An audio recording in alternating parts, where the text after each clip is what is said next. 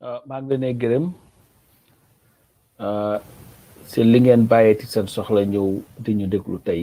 fii si Penchi Pdois man la again Pa Samba Jow di doom di rakk di mag di nijaay di papa ci Gambia waxtaani tey gi nag lu ko sabablu mooy seetlu bi nga xam ne seetlu naa ko fan yii ci suñ politique ak yoon wi nga xam ne moom laa jël politique warta indi féewaloo ci programme yi nga xam ne moom la ñoo def fii yàgg nañoo wax lana tax nguur di am lana tax ñuy sànni karta te ñun doy li nga xam ne moom lañ lee faral di wax pour rek jàngal nit yi Gambie su ko defee nga xam ne xeex du am xuloo du am bañante du am ngir politique mooy ne réewi Gambia ñun ñëpp a ko bokka gannaaw ñun ñëpp a ko bokka nag ñun ñëpp mënuñoo toog pour bu set di xalaat naka la ñuy yeewu réew mi ca kanam ne lii moo tax ñu ne dañoo am lu ñoo oote élection lu ñoo ooyee élection mooy oote su loolu xewee ñu ne nit ñi mun nañoo am mbootaay yu ñoo ooyee political parties ñu taxawal ñi nga xam ne ñoom lañ foog ne ñooy nit ñu mat ñooñu ñëw si nit ñi wax leen li nga xam ne moom lañ leen war a defal nit ñi jël seen karta sànnil ki nga xam ne ñoom moom lañ góom ne mun naa doxal réew li mooy politique te ñun doy ba doy so soobee tey politique yi nga xam ne moom lañ doon jàngal nit yi Gambia mooy politique boo xam ne dafa sukkandiku ci li nga mun a defal nit ñi moo tax doy yàgga di wax ne politique yi saaga politique yi xaste warta nekk politique yi réewi Gambia lee tax bu parti bi sosoobe tey politique am yépp mu samp ko ci ni nga xam ne ñoom lay doxalee réew noonu la doy di doon politique di continuer di politique loolu ba tey muy politique yi manifesto pour wax nit ñi li nga xam ne ñoom suñu leen jëlee tànn leen noonu la gaay di doxalee réew mi moo tax jamono jooju politique dafa am lu nga xam ne moom la doy di leen wax ne politique yi kii yaayam si ndax la papaam golo la du politique politique warta nekk mbiri naxaate politique warta nekk mbiri saagante politique warta nekk mbiri bañante dafa war a nekk a competition of ideas ak what you can do for the people waaye soo seetee suñu réew mi jamono yi nga xam ne seen dugga nii ñu ngi dugga fu mu nekk nii si July tey ji on the 1st of July ñu si dugga suñ duggee si July fu mu nekk nii lu ci des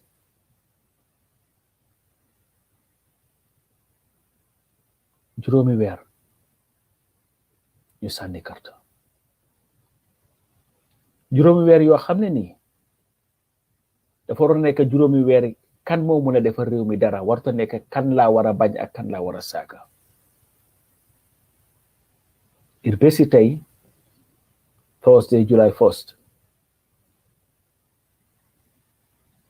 ñu teg si juróomi weer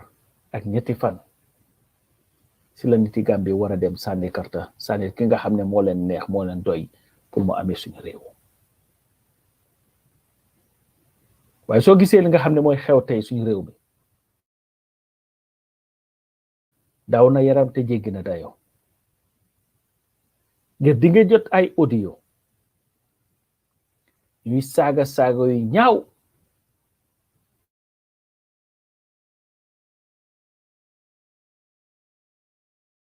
ay xeet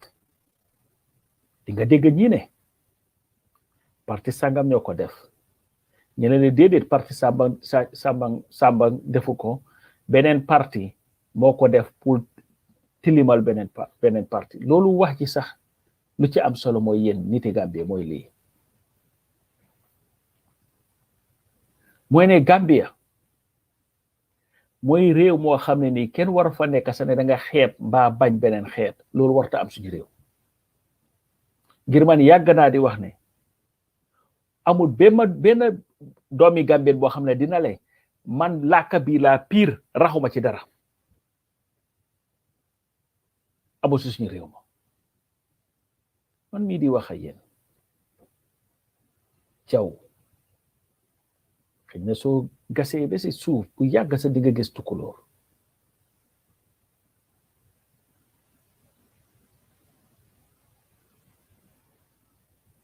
juddu si communauté boo xam ne nii làkk olof ma am ay raka am ay bàkk ñu am ay doom yoo xam ne ni ñi soose lañ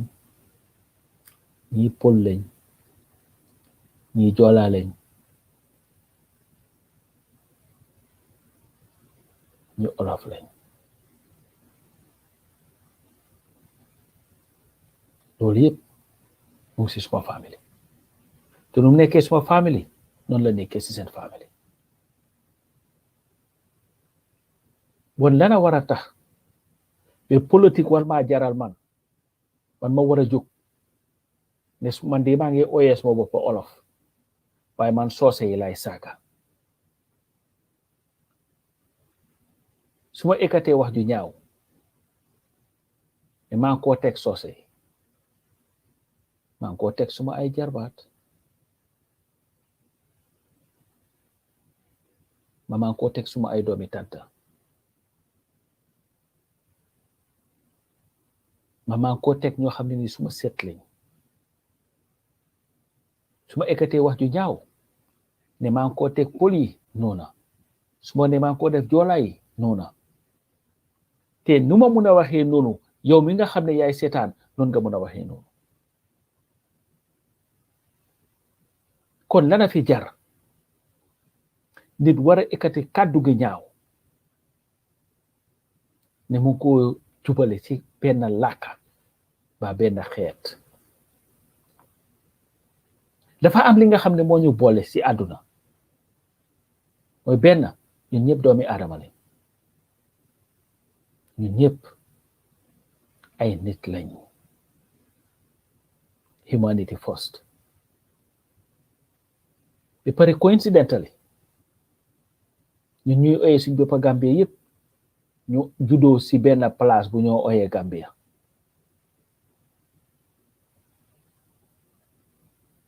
loolu moo jiitu xeet loolu moo jiitu diine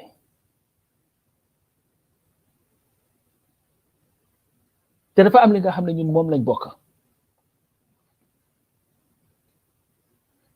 mooy Gambia very important ngir coow li nga xam ne moo nekk di xew yépp saaga day yeeg coow lu bari li pare pour xeex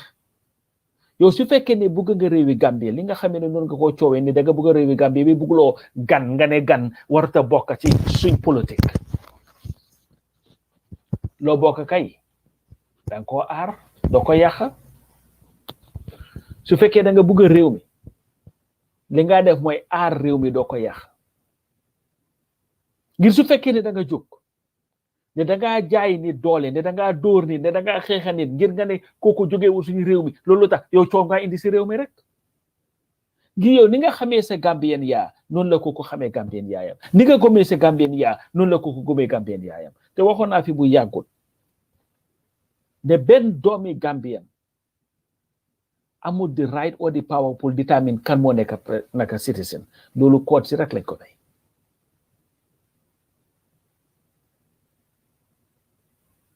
voter registration dafa am a process suñu register pas Samba Jow mu óor la ne am nga firnde yu wér kenn ne duma Gambien nga dem sa revising court fa ñu détermine ndax am naa suma carte si yoon ndax amoo ko ci yoon warta jar xeex warta jar xuloo warta jar saagante waxuma la nag di dem di jagar ay audio ne yaa ngi saaga ay tribe whole tribe bàyyiwuloo mag bàyyiwuloo xaleel bàyyiwuloo góor bàyyiwuloo jigéen kilifa yépp nga jóg ngir nga ne da nga mer mbaa politique la ko jaral saaga ñépp bañ xesa xunda ba pare toog fele foog ne def nga ndam yow amuloo ndam yow doo jàmbaar loolu tàppet rek ko def gis nga kuñ ne jàmbaar la dafa war a mandu te gu nekk ci moom te jàmbaar yaayam daf ko wone suñ ko tooñee waaye saaga a whole tribe te bii doorewul ci bii te ñu yéene ma daan ona audio boo xam ne président Adama Barrow ak jabaram yi saaga yu ñaaw ñu leen fa saaga kenn xamul nu tollu ana lu ko fi jar ngir politique ne man ñi laa support mbaa ñi laa support ka dog ay saaga ndey jubale ko nit ngir lan yenn yi nit ku wér du ko def nit ku am fayda du ko def nit ku bugg réewam du ko def ngir at the end of the day President Adama Barrow ak loo ko bañ am na all rights according to the constitution like any other candidate to stand for elections just like Ousainou Darboe just like Halifa Sallah just like anybody else su fekkee yow sa gis-gis mooy ne Adama Barrow doy la jarul ko saaga ndey demal nga bindu am sa karta dem sànni sa karta ki nga xam ne moo la doy waaye nag nga fàttale ku ne yow it moomuloo réew mi yow kenn ngir su ñëpp sànnee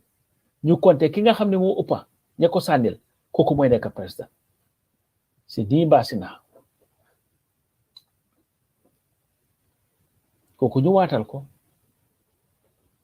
pour mu nekk the president of the Gambia pour defend the constitution of the country without fear, favor, affection or ill will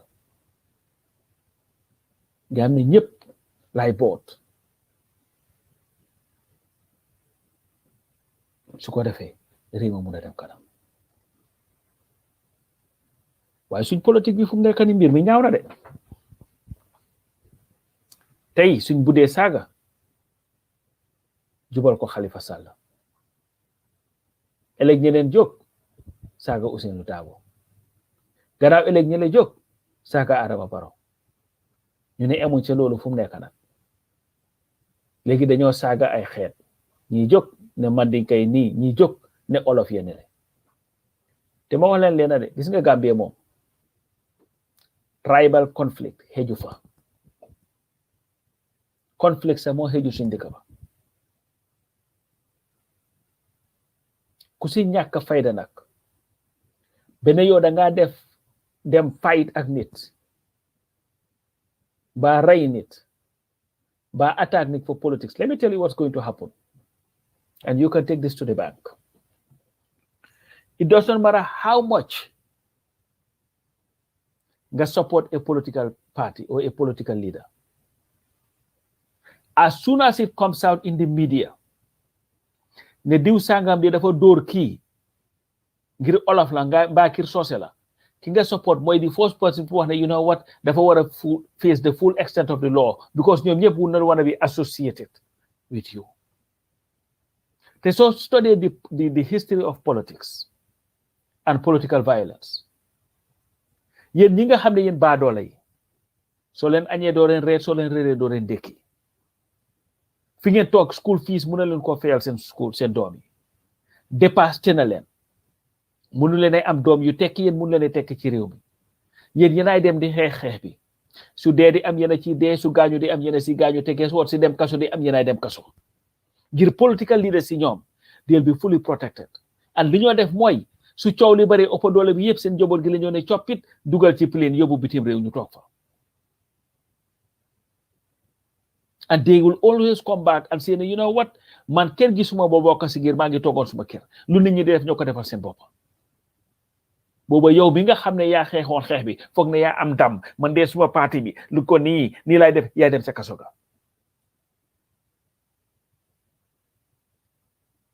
bàyyi sa njaboot si biti ñu ndóol si am na ñu demee sa njaboot gi sax dee si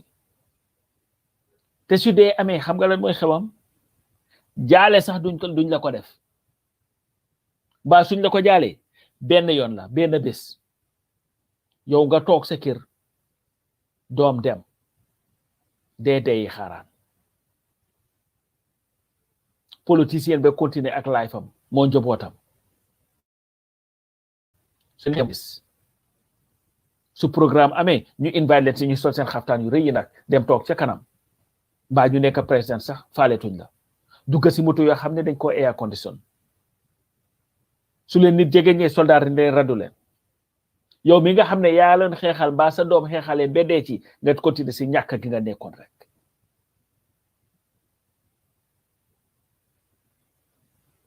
and lii dafa war a fees si boppi nit ñi political violence anywhere fu musa am it is only the poor masses ñi nga xam ne ñoo leen sofa and I would never die for a politician. I will support a political party. Dinaa ci def suma alal, dinaa ci def suma kaddu, dinaa ci def suma kentilay katan. Why I will never violate the rights of an other citizen just because so that suma party leader didn't feel happy. No.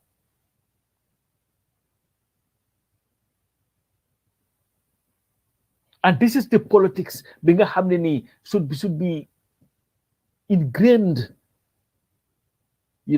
inculcated in our minds. ñun ñëpp seetaan nañ fii the West. Donald Trump bañ ko fi defeaté mu ne du dem orchestrate the riot at the Capitol. Joxe speech ba pare gaa yi dem storm the Capitol. am lidi bu ci dee ñu ñàkk famille ñuñ arrest yëpp di leen prosecute tey kenn déggul ne Donald Trump prosecute nañ ko de bu nga toog di wax waxi dafa ba tey. And guess what? As soon as it happened, Benga am a pushback from the media, from the people, condemnation. What did he do? They came out with a statement. Domam jeko jekesa. And anybody could def lol linga def was not you were not doing it in the name of Papa and Mom. They don't believe in that. And that they should all be prosecuted to the fullest extent of the law. Loolu lañ wax de ñi nga xam ne moom moo leen naka stay up pour ñu def loolu bañ ko defee mu ur ko ne fu mu nekk nii mbir maa ngi pare jee mu ne xaaral ma rocceeku ci naka laa ci rocceekoo dinaa ñëw wax statement ñëw read a statement ne moom santul leen loolu ñooñu luñ def they desecrated the capital. What they did, they really undermine the democracy of the country. That the people who New Deflolo are criminals, they should be prosecuted. That's what he said. He has the money. That they're going to donate even a penny towards any one of those people's defense. He would not. And most of those people will go to jail for a very long time. Kanyan xeexal Donald Trump. Luñ bëggoon mu nekk président. Ana ñoom tey ñu ngi sa kaso ga ana Donald Trump mu nga toog Florida di play golf di toppatoo soxlaama njabootam.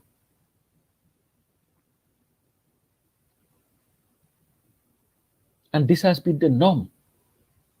in politics. So you see African politics, I can tell you one thing. Lu ma ni ngeen bàyyi ko xel bu baax a baax. Ku fi toog ne yaa ngi xeexal party leader sini to the extent ne da ngaa rey nit mbaa da ngaa dóor nit and all this thing ngir waaw Darboe bugut baro bugut xalifa bugut kii nii naa fi la xar bi jaar fi la béy bi jaar nga wax loolu ba pare guess what's going to happen when everything dies down di nga toog gis Ousainou Darboe ak Adama Barrow ñu nga joxante loxo mbaa ñu nga xoogante that would happen o Halifa Sallah ak Ousainou Darboe ñu nga joxante loxo mbaa ñu nga xoogante ñu nga ree when yow sa ñàkk xel dugal na ci la nga dem def loo xam ne nii war nga ko rëccu sax waaye fekk nag mu leet ngir lu ko leet loo mooy lan mooy di nga fekk yow ñàkk nga si loo xam ne nii kenn xamul nu moo toll te there is no way that you can recover li nga ñàkk when ñi nga xam ne ñoo taxoon nga def ko te orama ne waxuñ la ne demal def lii sax because of your overzealousness in politics man dama fonka lii man UDP 100% la man doy 100% la suñu réew mi duñ nangu kii def lii def leen kenn santu la ko fi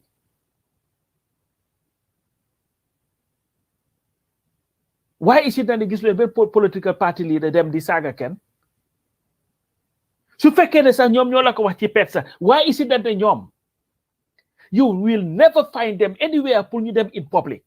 ne ñu ngee saaga diw ba saaga kii why are they not doing that why su fekkee ne yow ki nga xeexal mun naa saaga ngir làkka bi nga làkka la dégga daxuloo ko wax lañ mun ñoom ku ci toog mun naa toog awas di wax why you will never hear them ñu ekkati kàddu gu ñaaw jubale ko seen opponents when they can do it but they refuse to do it but yow nga nekk ku dof ku ñàkk fayda ne yow you are going to do that for them for what and what do you expect to gain by doing that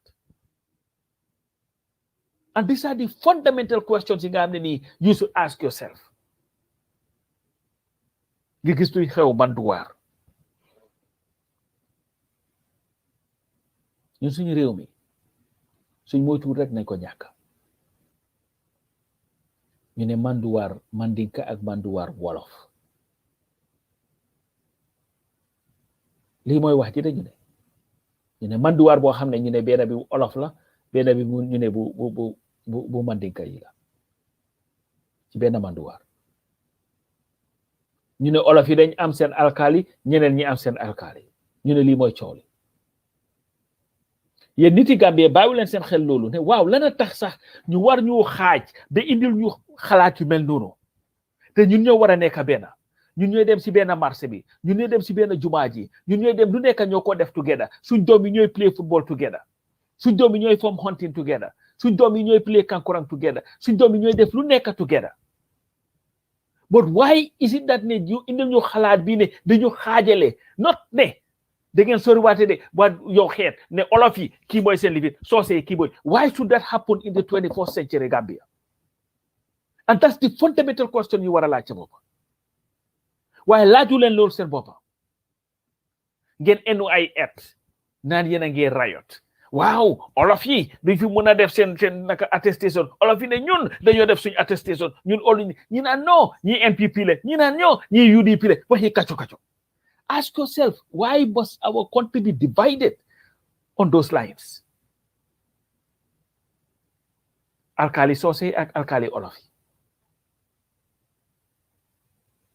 Then am Ilimani Olofi, Ilimani Sose. Because when you am Bameli Olofi, Bameli Sose. And you ask yourself, for what? But when I talk, ni ay julit ngeen. ay Christian ngeen da ngeen gëm yàlla but you have no problem in perpetuating this division amongst our people ba pare suñ nit ñi ñàkk xel sometimes to the extent be duñoo toog sax pour xalaatal seen bopp loolu the question is why is it necessary it's not dem di xeexa ca morom te ñi nga xam ne ñoo leen xaaj ñoom ñu nga toog seen kër yi yéen ñi nga xam ne ñoom la yéen lañ arrest mooy yéen baadoola yi rek dépasse amut school fees amut soo añee doo reer soo reeree doo ndékki yaa ngi sol sa silipaas dog nga doxa dog bem dog nga pàcc soo demee sa marché ba kobo sax doo ko mën a jënda lekka bu naka buy dundal sa yaram sax doo ko mën a am coow li ne coow nga ne politique la man de parti bu ma àndal waaw duñ ko fi aaye lii jaral na ma lii dinaa enu lii pour lan te ka tax ngay enu mu nga toog kiram dugga ci motom ñu air condition ko bem nice nag air condition ko bem nice su añ jotee ndawal gaa nga fees sa diggi cin la reer ñu teg seen salade nag ak seen ndawal ndewoo ñu faraay seen nen yow nga nekk si coono waaye ñàkk fayda ne yow di nga dem pour lor sa morom yi baadoola pour kooku nga xam ne ni xëy na sax xamul sax ne yaa ngi dunda. That doesn't mean that you cannot support a political party. You have all rights to. But you must never commit a crime, whatever it is, against a person or any other human being, just so that you can satisfy the wishes of a politician. And this is what Doye has been preaching since its inception. Dafa am benn story bu ma lay joxe, and that is a fact. dama musa tase OJ naa ñu bari si yéen dégg ngeen loolu bu ko fekk Jarume cinéma la woon Jarume cinéma mooy fu in fact fu fore ya nekk léegi seen office si kaw cinéma ya nekkoon si suuf maa ngi doon dem si bureau bi Churchilltown mu nuyu ma OJ ma mag de waaye moom moo nuyu ma ne këcc mel ni maraaj bi ma dem si bureau bi nag di waxtaan ak Halifa ne ko xay waa ji man de OJ laa gis te mu nuyu ma waaye faalewu ma ko sax mu bàyyi ma ba pare mu ne ma waa ji yow nag da nga make mistake de ma ne ko what do you mean mu ne waa ji OJ nag du sa ennemi he's just a political opponent mu ne nit ki kay su la nuyoo nga fay ko and that taught me a lesson because to me the person that OJ was running against Serakunda Isla one time was Halifa Sallah. OJ was a part of a political party, the PPP. Halifa was a part of a political party, Doy, which I supported. To me, man mangi fogo de manga xal nonu si xex bela nek nonu. Wa ki nga xamne mom la no mu ñew ne ma dedet waji yow nga defé du nonu. Warta démé nonu. And that's what you do. That's what you teach the young people. Pour you understand that politics is not about hate and tear. For what? Politics in Africa has been this, the elite. The lekk suñu alal gi. Ba pare bàyyi ndaara yi ñun ñi nga xam ne ñoo nekk baadoole yi si suuf ñu leen ay xeexal ñoom. Su élection jotee ñu ñëw ak sabari. Tàccu. Election passé ñu fàtte ñu su ñemi di fama sto ñu ñëwati yoneti moto yi ñu jël ñu nag ñu rang ci tali su loolu passé ñu fàtte ñu te cooño gan ñu fekkee woon moom la ñu bàyyi so then it is important for all citizens of the Gambia not to lose ourselves and our country because of political expediency. I'm not saying that you cannot support your party. Support al kula. That is your right. But there is a saying in human rights that the right to swing your arm stops where my nose is. Because so swing as an arm be hits my nose be, you violated my rights. So lo xamni du la nexé nak sanni ko. Waye soko sanné bem dal nit yow yak nga loi. And we can never and must never allow to be used as political tools.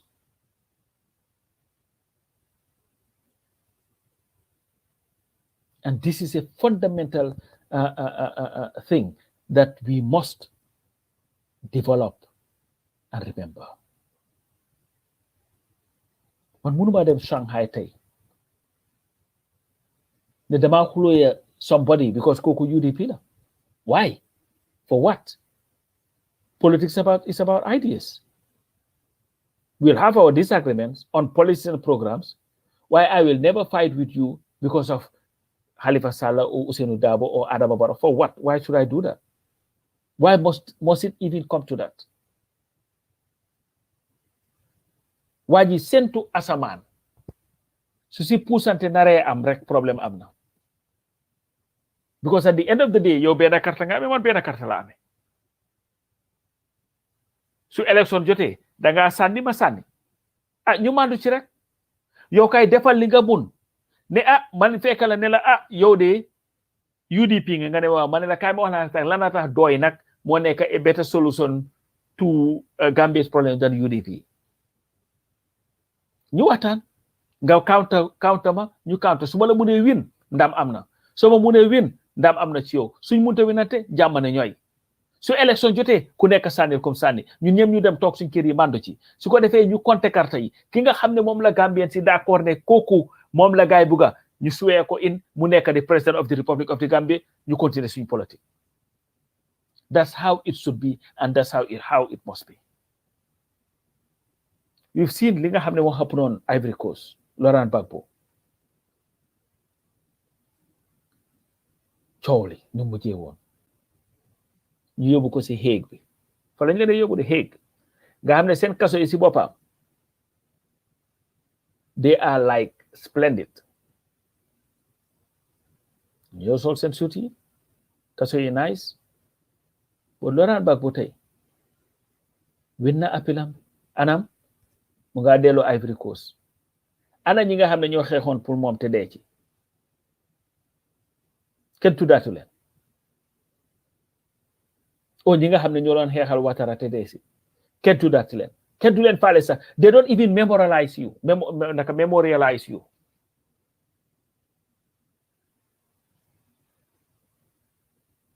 That's what they do. They don't even care about that. But to the political leaders, you have a responsibility to our country and to our people. We cannot continue to give supporters, the act in ways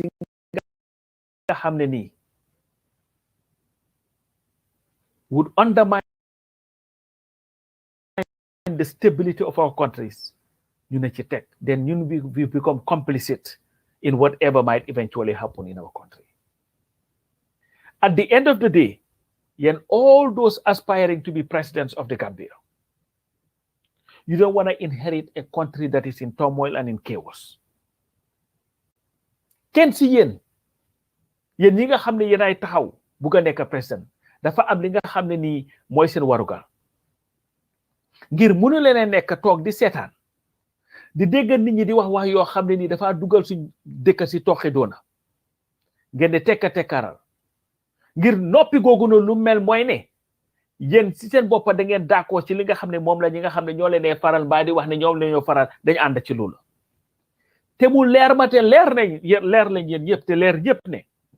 kenn si yéen ñëpp ñi nga xam ne yéen a taxaw ne da ngeen bëgg a jiite suñu réew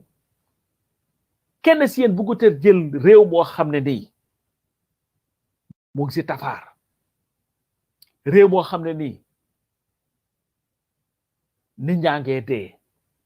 réew moo xam ne nii nit ñaa ngee xeex réew moo xam ne nii dafa tàkka da ngeen bëgg a réew moo xam ne mu ngi ne dal loolu ngeen bëgg pour ñu am réew mu mel noonu baax na yéen it ngeen di ekkati seen kàddu di wan nit ñi ne politique du mbiri xeex politique di mbiri saaga politique di mbiri ñàkk a yar ngir gis nañ fi fu mu nekk nii di nga gis nit ñu jóg naan nit ki doo Gambien ñi di nii coow li bari yéen a ngi ne teg gis nañ fi ñuy jóg di jëgaraay audios te orma yéen ñu bari dégg ngeen ko saaga ndey saaga ay xeet saaga nañ fi mandinka yi saaga nañ fi olof yi saaga nañ fi xeet bu nekk yéen a gën a teg nu gaay di wax rek ñu ne luy raam nag sa ñax bala jëm luy raam ñu ne sa ñax bala dem digga supporters kii buddi ay saaga ndey jubale ko supporter kele ñoon ñuy ne dañoo fayu ñële fayu xol yi tànga ku nekk pare li nga xam ne moom laa leen ñaan yéen political leaders yi mooy pour ngeen understand ne ñun benn réew lañ am mooy Gambia and the reason waaye yéen yëpp ngeen taxaw tey ne da ngeen bu nga nekk presidential candidates tey mooy because da ngeen feel ne Gambia is a stable country ñun xam ne ban façon Gambia lañ amoon 22 years ago jamono Yaya Jammeh ñaata nit yi Gambia ñoo laan taxaw ne dañoo taxaw elections bari wuñu woon te am na lu ko waraloon su fekkee ne dem nañ nag bi am fu mu nekk ni réew moomu ñu nga xam ne ñu ne mu ngi ne tekk te dal ba tax yéen ñëpp ngeen jóg ne da ngeen bugg a nekk président liggéey bi ngeen war a liggéey mooy pour make sure ne Gambie du mu sa dem si jamono joo xam ne nit ñi nañ ci dee mbaa nañ sàggante mbaa nañ xasante mbaa nañ reyante ñu ne àtte xuloo moo gën àtte xeex te suñu réew mi tuuti na tuuti boo xam ne fitna xeju fa suñu réew mi tuuti na tuuti boo xam ne fitna xeju fa te fitna su ñëwee ñu fa bàyyi du bari de kon nag my challenge to yéen leaders yëpp mooy first to talk to your supporters ñu dégg nañ de ñun suñ candidate Halifa Sallah wax na ne anybody koo xam ne dangaa saaga doo supporter dooy te bu mu ko waxee ñi ne gis nga ñi la gaa de ñoom de dañ leen daaxan nit ñi de lan moo nekk li fi na pour wax kuy saaga because lu moo xam na ko because politique waaye lan la tax man because of doy la support ma war a jël ay kàddu yi ñaaw ne maa ngi koo saagee Ousainou Darboe o maa ngi koo saagee Adama Barrow just because of politics or Mama Kandeh or any other political leader why te man bokk ci parti boo xam ne nii ñu ne programmes and policies la gaa yi am so li la tax Doy has always insisted ne anybody koo xam ne dangaa ñëw di saaga you have no business calling yourself a Doy supporter because ñun parti ay xalaatkat lañ xalaat yi mooy lan naka la ñoo wéccee réew xalaat yi mooy lan naka la ñoo doxalee ni réew xalaat yi mooy lan mooy naka la suñu réew mi ñëpp di nekkee benn duy féewaloo and my challenge to yéen ñëpp mooy we have to show the Gambian people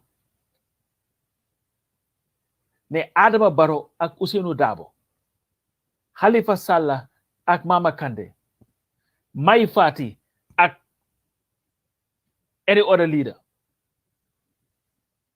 they are not enemies they are opponents who are driven by one thing and seen division mooy lan ñoom ñëpp dañ gis ne Gambia can go a different way from Moramki and this is the Gambia that we must all fight for to make sure it becomes the reality of our country. Why we cannot continue to play this wink-wink politics? Ketika audio ini tek, meli yeguloo ko. Ina sa yang ini kadi high five somebody. Saya saga ini mau meeting na why wana ko diga. You are hearing all that.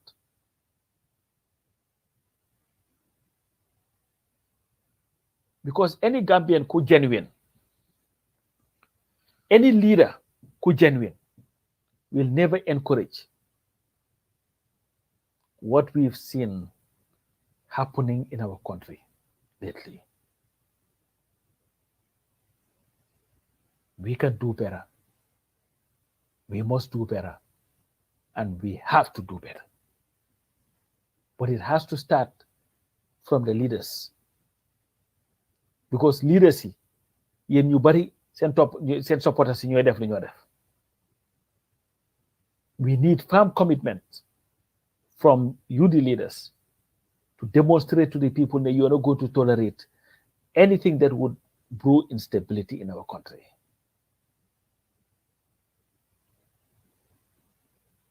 to the religious leaders. Yena ame bimbari. Yena ame the pulpits, whether in the churches or the mosques. And you have a great following. People listen to you more than they listen to politicians. And we are appealing to you, Tamit, the religious leaders, to take your rightful place in this. Don't wait until Chowli Juk. We have 5 months to elections. 5 months, 3 days from this program to elections. Let's use it to enlighten the people, to remind them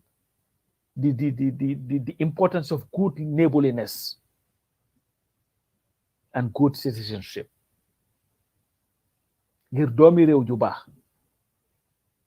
du paree mbugal beneen moromi doomi réewam. Doomi réew bu baax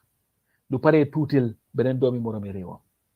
Doomi réew bu baax du jóg jël ay kàddu yu ñaaw jubale ko beneen doomi réew naka moromi réewam. Ñun ñëpp mënuñoo am benn xalaat bi. Ñun ñëpp mënuñoo am benn gis-gis bi. Loolu tax ñu am different political parties. Loolu tax ñu am sax different religion bañ bokk sax. Loolu tax ñu am different tarixas si religion yi. Because that's just the nature of humankind. Why that must never denigrate to hatred. That's not clever, that's not wise. And that's not what is expected from a country that is supposed to be the smiling coast of Africa. To civil society, yet you guys have a massive role to play in educating and enlightening our people, because you are non-partisans. Why it is important to remind the people as to what is important in having free and fair elections and a stable Gambia.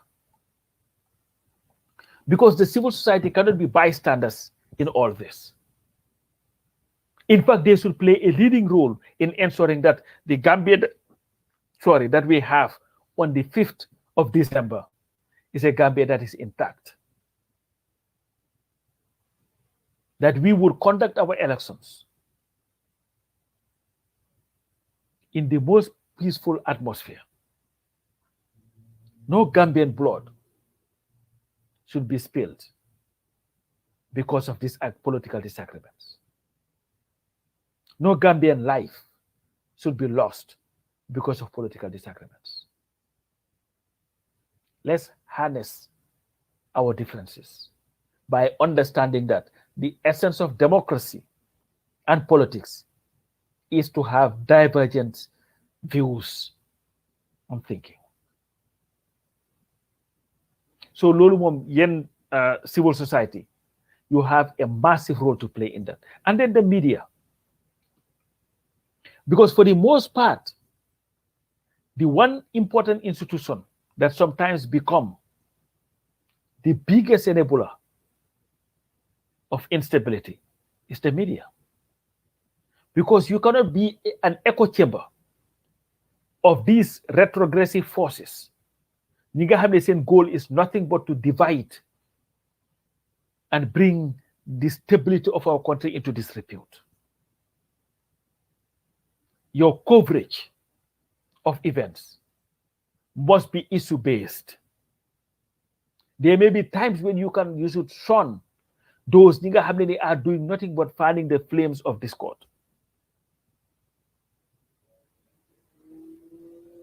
Because the Gambia is a lot more important than any stupid person out there. Yes, one can argue that the insulters are a few, but they also constitute the loudest, because a bunch of rabble-rousers, aged provocateurs, wherever you go, they are always a minority, but have the tendency to fan the flames of discord that may result in a lot of people losing their lives and a country losing itself. And the journalists must play an important role in ensuring that these elections are issue-based. Because if you focus on reporting on issues that are raised by political parties, instead of insults that are being hurled all over the place,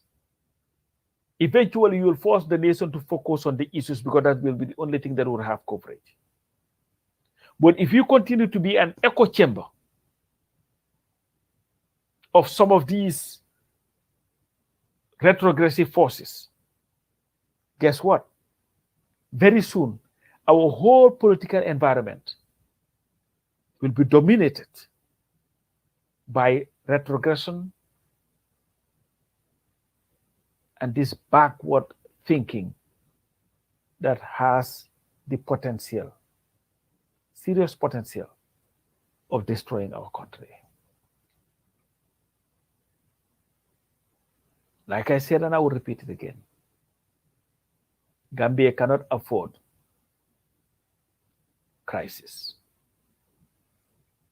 Any kind of civil strife would result in the end of our beautiful country. And no politician, I don't care who you are, is worth the destruction and stability of our country.